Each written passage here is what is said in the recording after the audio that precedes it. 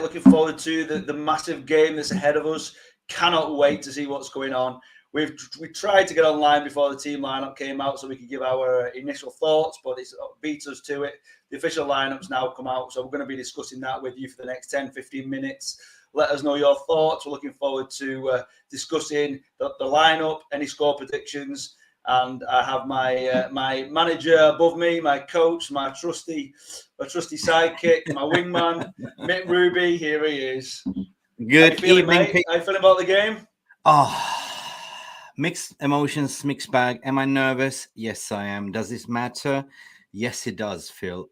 It's a massive matters. game. 100%. Yeah. I mean, raise your hand if you're like me. You're tired of going to have your tapas, cervezas, chorizos, paellas.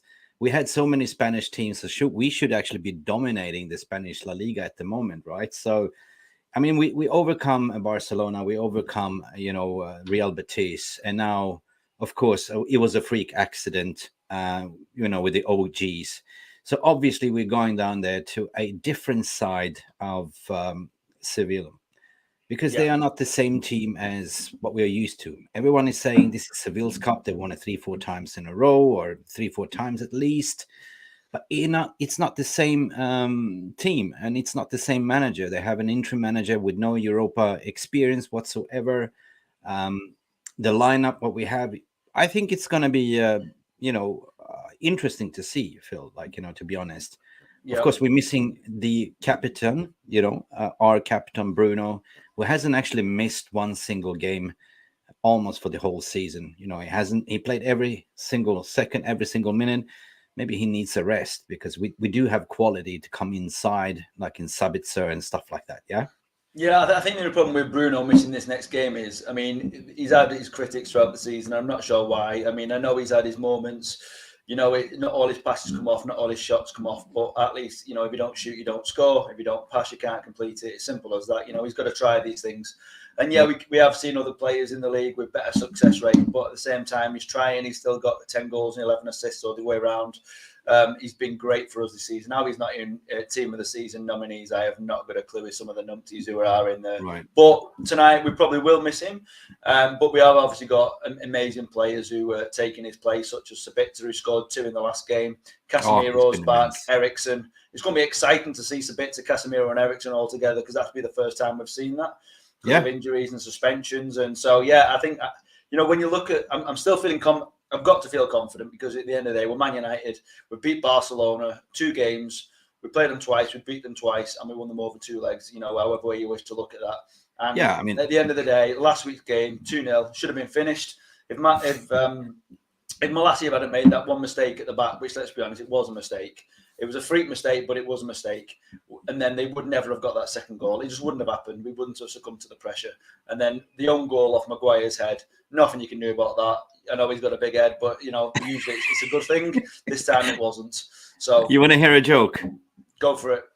I think Maguire is a Metallica fan, because, he's good at headbanging. I wish I said no to that. Hopefully he will bang towards the right side of the goal this time. But it was a freak accident, I mean. Yeah.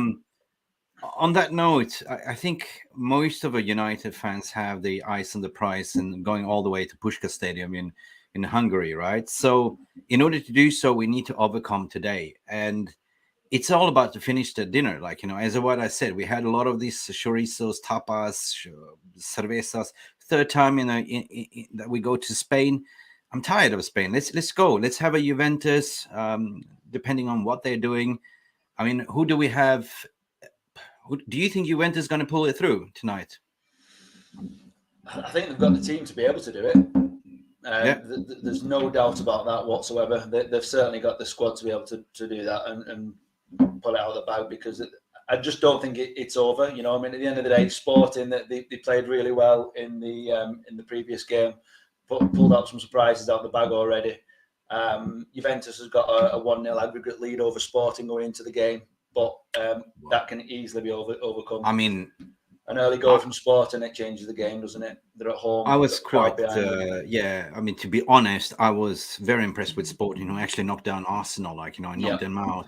So I don't know. And Sporting is playing home tonight against Juventus, so I think Sporting will go through, according to my humble opinion. Though. Okay, it'd be great to see it because I think it'd be fantastic. Haven't we got them in the next round as well?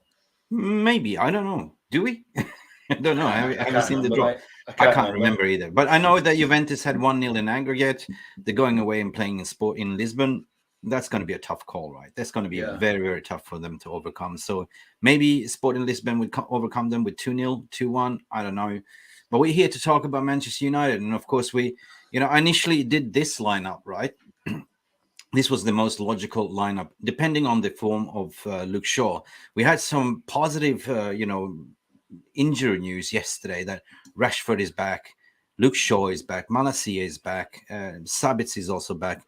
And therefore, I took a conclusion to say he won't start Rashford. It's too early, right? I agree. They probably use Rashford as a weapon if it's needed, right, in the second half, right? So I went with the clear and obvious that he will start, Luke Shaw as a left-sided centre back, since the butcher is out. But apparently, the team news just came out, and we got one wrong, to be honest.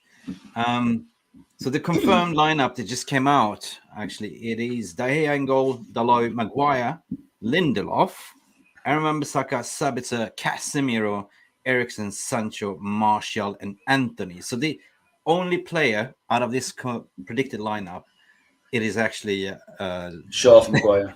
Shaw for Maguire, Pinball Maguire. Pinball Maguire. Do you know what, though? I mean, I know he gets slated all the time, but I actually think over the last few games when he's been playing, I think he's played really well, actually. He's springing the passes across the pitch. He's spraying them across. He's defending well. He's not getting caught out of position. Obviously, Ten Hag's backed him in his press conferences as well. He's been speaking about him. He's obviously going to back his own players, but he's not one of those managers who throws people under the bus at the same time. But I just think that, it is a big test for Maguire. At the end of the day, he's fighting for his position. He's fighting for his future. And if he does start to turn out some great performances, we're really going to need him. And, and let's see the best. We see the best of him for England. We saw the best of him when he was at Leicester. We just don't feel we've seen the best of him at Man United. But maybe Ten Hag is the person to turn that around. Why not? He's improved so many other players. So 100%. We saw, Wan-Bissaka was gone in the last window, and now everyone's saying what a fantastic right back we've got. God, yeah. Do we need anybody else? 100%. So let's just see what he does. But if you look back at the Forest game, right? He had a little bit of a shaky start. He received a yellow card in the first 5 minutes, and he got a lot after that, didn't he? Yeah, he did. Lot. But apparently, there was the game target from what's his name, the manager. I keep forgetting his name. From Forest. I know. I can't think of his name, but I know what you mean. Can't think of his name. It looks like the five young cannibals, if you remember the thing. I'm not going to clue who that is. But anyway, they clearly the tactic was to target Maguire, and they did. They pressed him. But other than that, as the game went on, right? Yeah. This is my humble opinion. Maguire and Lindelof, especially Lindelof, was sublime, according to my opinion, right? Yeah. Maguire didn't do. After that, he didn't put 1 foot wrong, according to my opinion. So I'm confident that if that I think that is a confident booster, because it was also a clean sheet for David De Gea. And by the way, congratulations, De Gea. He's currently the best keeper in the Premier League, right? With 14 clean sheets. And still can't get in team of the season. Yeah, he might win the Golden Glove. So tell you that. So, I mean, riddlement is Sevilla, right? They didn't look that dangerous. We were actually bossing the first half. We let go a little bit in the second half, but the only goals they scored was 2 OGs. They didn't look dangerous. I think my only concern is that they'll come back a bit different. That it's almost like when a team gets battered in the first half, they come out second half a different team. This is the second half to me. It's the second half of this game. They'll come out differently. That being said, we said the same about Barca. They're going to come out and dominate us, and they didn't, because Ten Hag is a fantastic manager. And despite Bruno being suspended, we've still got a great team ahead of us who can spray the passes around. Eriksen, we were waxing lyrical about him from the beginning of the season, and the way you can spring a pass. I mean, let's take this picture that we have before the lineup came out. If you see that triangle, Eriksen, Casemiro, and Sabitzer, that is damn good, to be honest. Yeah. Sabitzer is number 10. It's exciting. It's really exciting. Because Sabitzer provided 2 goals from a number 10 position. Yeah. Eriksen, we know what Eriksen can do, right? Yeah. Casemiro is just protecting the back two, like in terms of, Maguire and Lindelof. Yeah. Right? So for me, Dalot also as playing as a hybrid left back, cutting into midfield as well. That's also provided to be a very, very good weapon to have as well. So all in all, if you look at the lineup, it's quite attacking as well. I think so. I think it's got a lot. I mean, Sabitzer obviously chipped in with a few goals as well recently, which is fantastic. Eriksen was on the pitch for 10, 15 minutes of the other game, something like that. He had a shot on target, a couple of passes, which was created assisted opportunities. And that was within 10, 15 minutes. So I am confident going into this game. At the moment, it's 0-0, essentially, because away goals don't count. So do you know what I mean? So at the end of the day, if you say, can we beat Sevilla in a match 1-1, one game? Yeah, we can. And that's why I believe we can do it tonight. 100%. Now, that triangle, though, if you look at that midfield, what a lot of people didn't react on, and something that I picked on against Forest, right? When Sabitzer pulled out and we had Eriksen starting, that was actually the original midfield that we started with in the season, right? The beginning of the season. And we saw that tiki-taka, intricate football, the link-up play. I call it the mini Bermuda Triangle in the midfield, with Martial as a link-up player, like playing with his back against the goal and linking up, and Jadon Sancho as well. So that is quite exciting to see now. Now, if things goes wrong, of course, you have Rashford on the bench, right? But I don't think, if we go up 2-0 in the beginning, I don't think Rashford will start. I mean, rest the lad for the FA Semi-Cup final. Yeah. Another massive game coming up. I mean, at the end of the day, if you don't need Rashford, you probably would bring him on. If we were winning 2-0 with 10 minutes to go, you'd probably still bring him on, because at the end of the day, bit of match sharpness, because the next game is Brighton. And match sharpness, we know the difference in being fit and being match sharp. There's a difference, and sometimes just those 10-15 minutes can just jolt you ready for that next game, sort of thing. So obviously there's Pellistri on the bench, Fred, who we know can make a difference up front and at the back, and I know he's been slated as well, but again, I think he's had a good season. @𝒊𝒄𝒌 𝑹𝒖𝒄, who can chase people down a bit Lingard style, if you like, but without the goals. We've obviously got a bit of youth on the bench as well. I say that, but you've got Elanga, Iqbal, and obviously got Malacia here at left back as well. So we've got a bit of strength in depth on the bench, but we've gone with the strongest side available, apart from obviously Rashford. Yeah. But it'd be just, when you look at Sancho, we got another assist at the weekend. I love Sancho, and I hope he comes good and keeps getting better. Anthony's performance football, absolutely. He was fighting for man of the match with Bruno, and it was very, very, very close. It was a close shave. Fully deserved it. His goal and assist. He's not. We spoke about this earlier on in the season about he was always going down the right. He was a one-trick pony. Everything was just trying to go down the right. Now he started to cut inside, go on the outside, cut right across the box, play different movement position, and now the other team don't know how to go against him. Who do you see in this lineup making a difference? Who is the leader on the pitch today?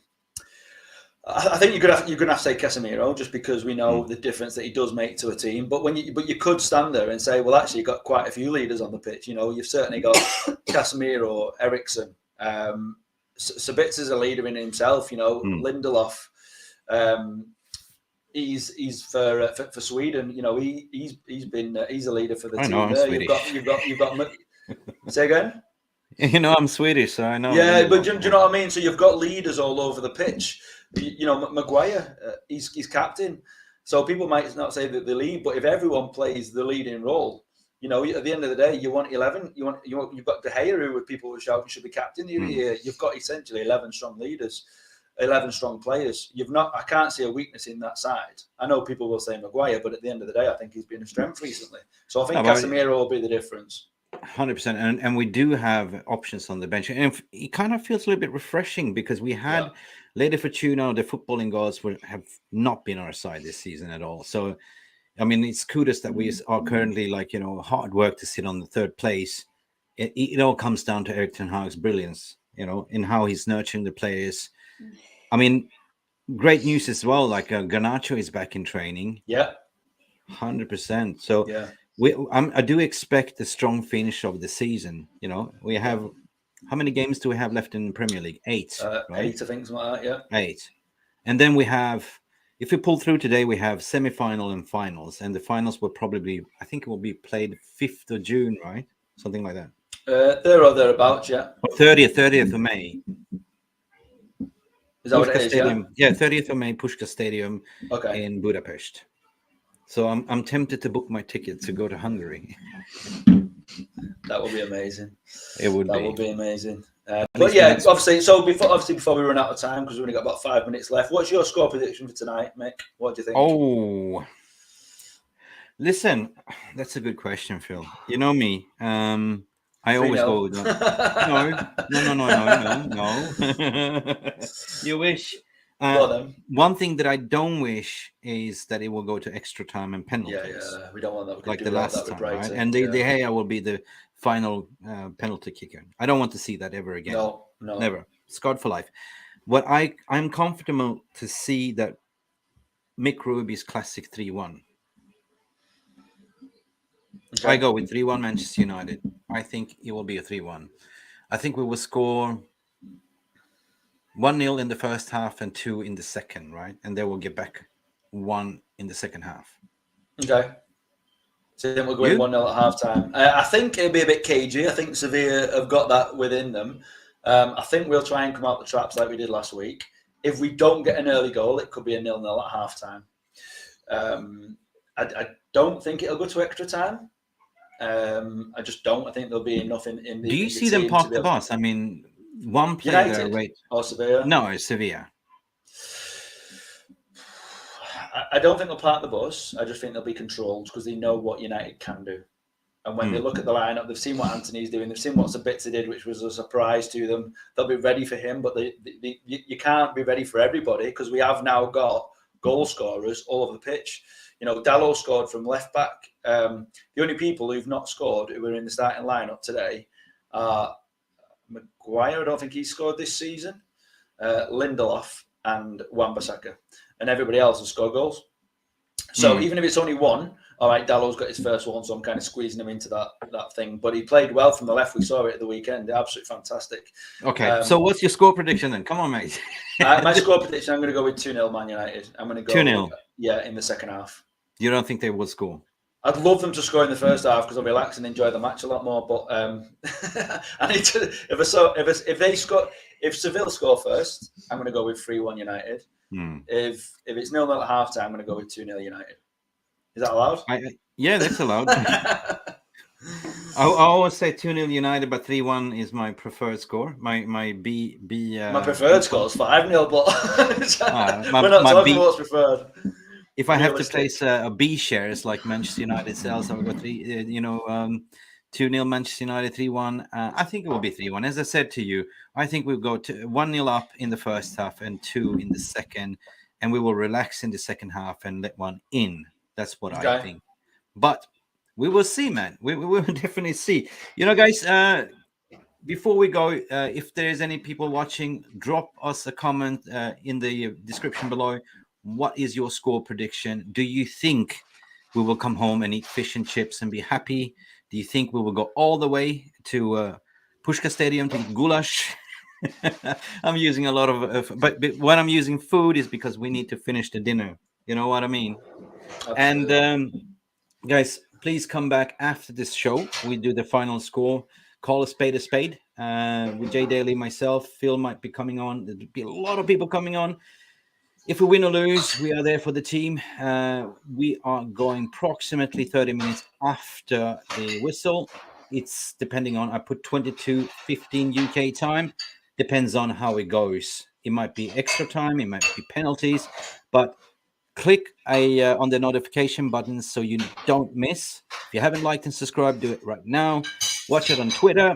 We will post when we go live on Twitter as well. But Phil, Thank you for today, and I let you go back to the game. Everyone, enjoy your game. Right? Let's go. What do you reckon? Let's go. All right, people. Good night. See you later. See you later. Bye, Phil. See you later, man. Bye. Thank you so much for stopping by and watching Mufc Realist TV. Don't forget to like and subscribe and follow us on the socials.